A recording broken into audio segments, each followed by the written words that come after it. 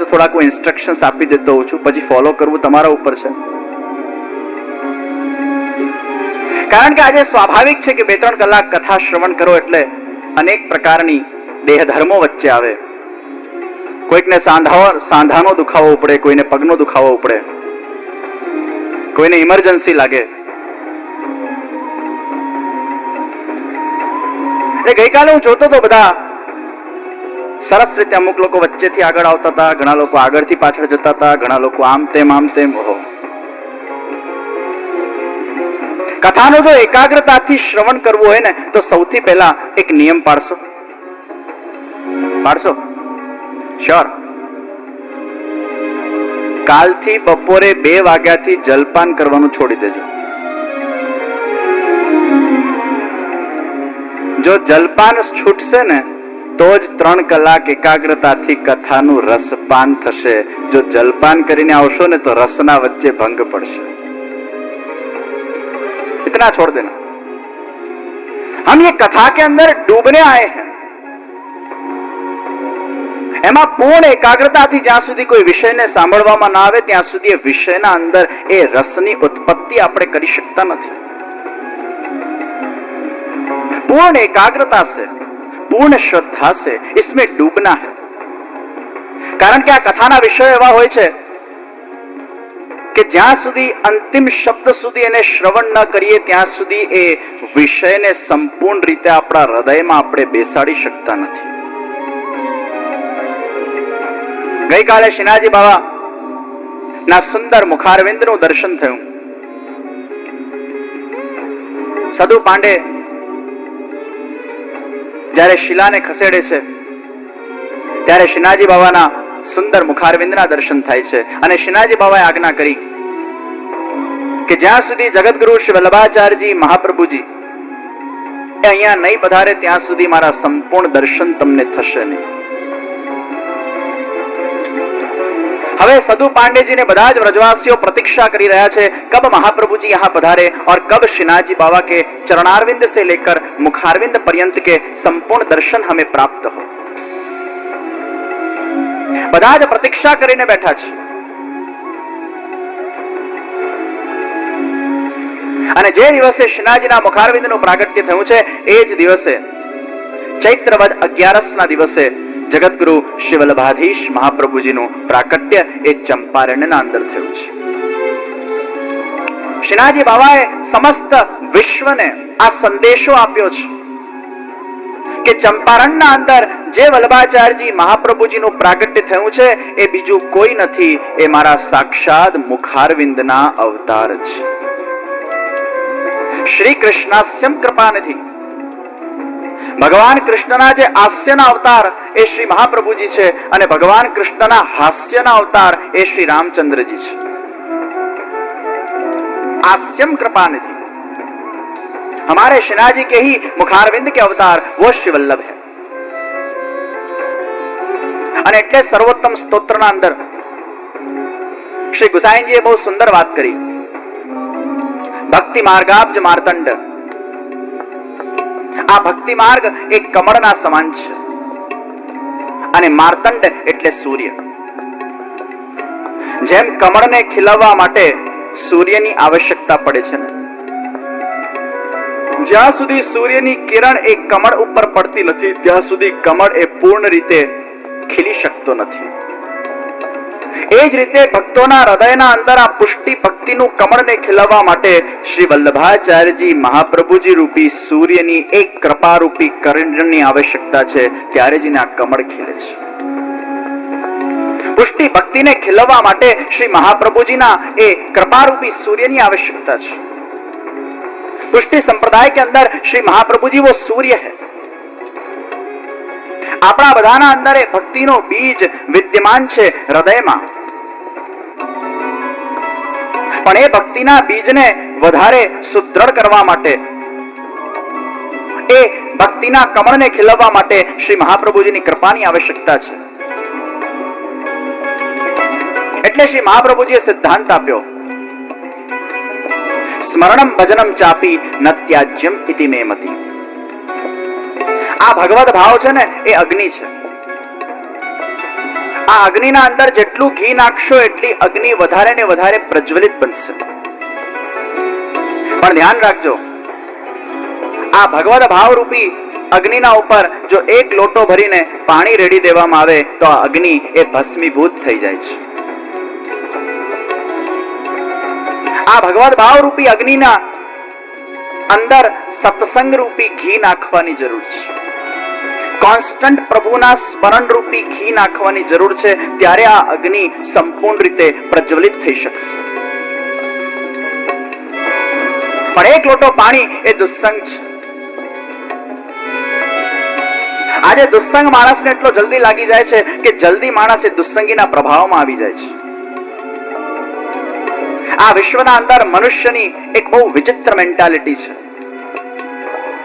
સત્સંગીઓના પ્રભાવમાં ઓછો આવે છે પણ દુસ્સંગીઓના પ્રભાવમાં તરત આવી જાય છે. સત્સંગમાં કહેવાયેલી વાતનું આચરણ કરતા કદાચ એને વર્ષો વીતી જશે પણ દુસ્સંગીઓ દ્વારા કહેવાયેલી વાતનું આચરણ એ તરત કરી નાખશે. કારણ કે સત્સંગનું આચરણ બહુ ઓછા લોકોના અંદર જોવા મળે છે પણ દુસ્સંગનું આચરણ એ ઠેર ઠેર જોવા મળે છે. व्यक्ति जो सुनता है उसको कम अपने जीवन के आचरण में लाता है लेकिन जो देखता है उसे तुरंत ले आता है. આ મનુષ્યનો સ્વભાવ છે. તમે જે સાંભળશો એ કદાચ તમારા આચરણમાં આવશે પણ એટલી હદ સુધી નહીં આવે, પણ તમે જે જોશો ને એ તરત આવશે. બીજાના જીવનથી આપણે બહુ જલ્દી પ્રભાવિત થઈએ છીએ, બીજાના આચરણથી બહુ જલ્દી પ્રભાવિત થઈએ છીએ, પણ બીજાના ઉપદેશથી આપણી બુદ્ધિ એટલી જલ્દી પ્રભાવિત થતી નથી. इसलिए सत्संग के अंदर रसपान करने के अंदर एक ही लक्ष्य चाहिए कि इसको मुझे अपने जीवन के अंदर उतारना है. शराबनी બોટલના નીચે લખેલું હોય છે, it is injurious to my health, it is injurious to your health.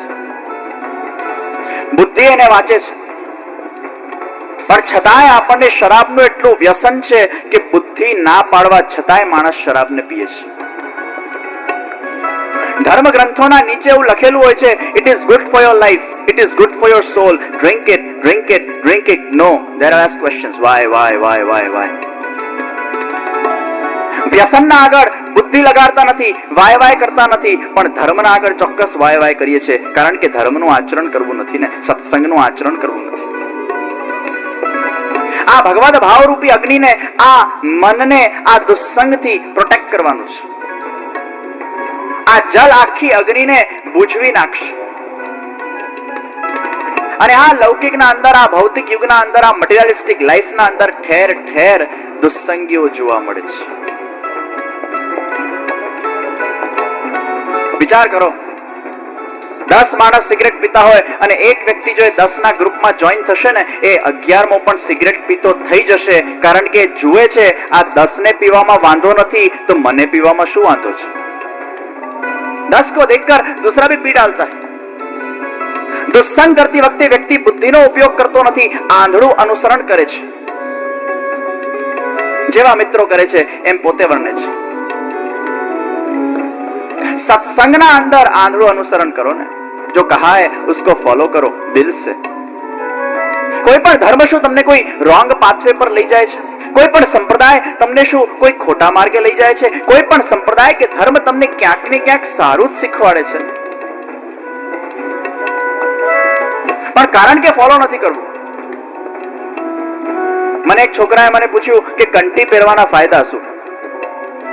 મેં કીધું નુકસાનની લિસ્ટ આપ, પછી ફાયદા કહું. તને કંઠી પહેરવામાં નુકસાન શું છે? માણસ ઘણીવાર ખોટા લોજિક્સનો ઉપયોગ કરીને ઘણીવાર એની બુદ્ધિને કન્વિન્સ કરી શકતો નથી ધર્મની બાબતોને લઈને, આધ્યાત્મની બાબતોને લઈને. કારણ કે માણસ એવું માને છે કે આ ધર્મ અને આધ્યાત્મ મારા જીવનમાં એટલું બધું હેલ્પફુલ નથી. दुनिया જે કરે એ મારે કરવું જોઈએ, वही तो आज का जमाना है, वही तो फैशन है, वही तो ट्रेंड है, उसको स्वीकार करो. માણસ આજે ટ્રેન્ડના અનુસાર ચાલે છે, ફેશનના અનુસાર ચાલે છે, પોતાના આત્મકલ્યાણના લક્ષ્ય માટે નથી ચાલતો. દુનિયા કૂવામાં પડે છે ને, પડવા દો, મારે પડવું છે, જાઓ.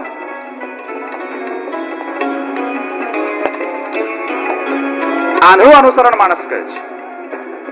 અમેરિકામાં ઘણી જગ્યાએ પધરામણીઓ થાય, અને જ્યારે અમેરિકામાં પધરામણી થાય ને ત્યારે હું ખાસ છોકરાઓના રૂમમાં જઉં, અને છોકરાઓના રૂમમાં જ્યારે હું જઉં ને ત્યારે એટલો સરસ વાતાવરણ લાગે. ઈસ્ટ, વેસ્ટ, નોર્થ, સાઉથ ચારે બાજુ મોટા મોટા પોસ્ટર્સ લાગેલા હોય. એક પોસ્ટર હોય માઇકલ જેક્સનનું, એની ઉઠતી સવાર માઇકલ જેક્સનના દર્શનથી થાય. બીજી બાજુ પોસ્ટર હોય કે બહુ મોટા બોક્સરનું આમ મુક્કો મારતો હોય. ત્રીજી બાજુ પોસ્ટર હોય કોઈ મહાપુરુષ, કોઈ રેસલરનો, અને ચોથી બાજુ કઈક બીજી સેલિબ્રિટીનો. ચારે બાજુ રૂમના અંદર પોસ્ટર સિવાય કઈ દેખાય નહીં. એમાં ભગવાનના પોસ્ટર તો દૂરની વાત છે, પણ બધા જ આવા બધા પ્રાણીઓના પોસ્ટર. ત્યારે હું ઘણીવાર પૂછું, તમને આ બધાથી શું મળે? કઈ ઇન્સ્પિરેશન મળે છે? કઈક પ્રાપ્તિ થાય છે? કઈક જાણવાનું મળ્યું?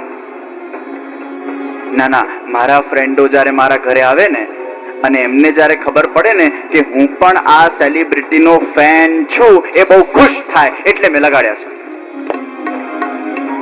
ये दीवानगी नहीं तो और क्या है?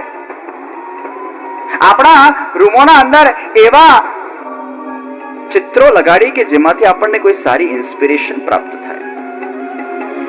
બીજા ફ્રેન્ડો લગાડે છે એટલે મારે પણ લગાડવું જોઈએ, કેમ કે આજની આ રીત છે, આજની આ ફેશન છે, આજનું આ ટ્રેન્ડ છે, એટલે મારે કરવું જ જોઈએ. આ પ્રકારની વૃત્તિ જ માણસને દુસ્સંગમાં નાખે છે. દુનિયા કરે છે એટલે મારે કરવું જ જોઈએ, આ કરવું જ પડશે. આ પડશેની વૃત્તિ જ માણસને દુષ્કર્મમાં નાખે છે. આ વૃત્તિ માણસને ઊંધી જગ્યાએ લઈ જાય છે અને બહુ જલ્દી પ્રવૃત્ત થઈ જાય છે માણસ દુસ્સંગના અંદર. આંધળું અનુસરણ, વિચારો કર્યા વગરનું અનુસરણ. ટીવીમાં કોઈ પણ સેલિબ્રિટી કંઈક અલગ અલગ પ્રકારનું કંઈક હેરસ્ટાઇલ કરશે તો આખી દુનિયા એને ફોલો કરશે, કારણ કે આજનું ફેશન છે. હું ઘણી વાર છોકરાઓને કહેતો હોઉં કે don't make your role models. લાઈફમાં ક્યારે પણ કોઈને પોતાનો રોલ મોડલ ના બનાવતા. એનું કારણ છે કે જ્યારે તમે કોઈકને તમારો રોલ મોડલ બનાવો છો ને ત્યારે તમે એના જેવું કરવાના પ્રયત્ન કરો છો. પેલો જેમ કરે એમ મારે કરવાનું, એની નકલ કરો. એટલે એમાં થાય છે શું કે તમારા અંદરની જે યુનિકનેસ હતી, તમારા અંદરની જે એક અલગ પ્રકારની ક્વોલિટી ને એબિલિટી જે ભગવાને તમારા અંદર મૂકેલી, એને તમે વિકસાવી શકતા નથી, કેમ કે બીજાના પ્રભાવમાં આવીને તમે એના જેવું કરવાનો પ્રયત્ન કરો છો. You yourself is the biggest role model of others. આપણા બધાના અંદર એટલી તાકાત છે કે આપણે હજારો લોકોના રોલ મોડલ પોતે બનવાની તાકાત ધરાવીએ છીએ. આપણે કોઈ બીજાના રોલ મોડલ બનાવવાની આવશ્યકતા જ નથી. શા માટે આંધળું અનુસરણ કરવું વિધાઉટ એની લોજિક્સ? અરે આંધળું અનુસરણ કરવું હોય તો ધર્મમાં કરો, દુસ્સંગમાં નહીં, વિધાઉટ લોજિક્સ. દુસ્સંગ નું પરિણામ છે દુષ્કર્મ, અને દુષ્કર્મ નું પરિણામ છે દુઃખ. સત્સંગ નું પરિણામ છે સદકર્મ, અને સદકર્મ નું પરિણામ છે સુખ. એકવાર એક ભાઈ દરિયા કિનારે નાહવા ગયા, અને જ્યાં દરિયા કિનારે નાહવા ગયા અમુક વસ્તુઓ લઈને ગયા, અને સ્નાન કરતા પહેલા એમને વિચાર્યું કે આ બધી વસ્તુને અહીંયા ખુલ્લી મૂકીને જઈશ તો કદાચ કોઈ ઉપાડી જાય, ચોરી કરી જાય, એનો ભય રહે. એટલે ભાઈએ શું કર્યું? ખાડો ખોદ્યો, અને ખાડો ખોદીને એની બધી વસ્તુઓ એમાં મૂકી અને પછી એને બંધ કરી દીધું. હવે આ ભાઈને બીજો વિચાર આવ્યો, કદાચ હું પાછો આવું ને મને ખબર જ ના પડે કે મારો ખાડો મેં ક્યાં ખોદેલો અને હું ભૂલી જાઉં તો એક નિશાની તો કરવી પડે ને.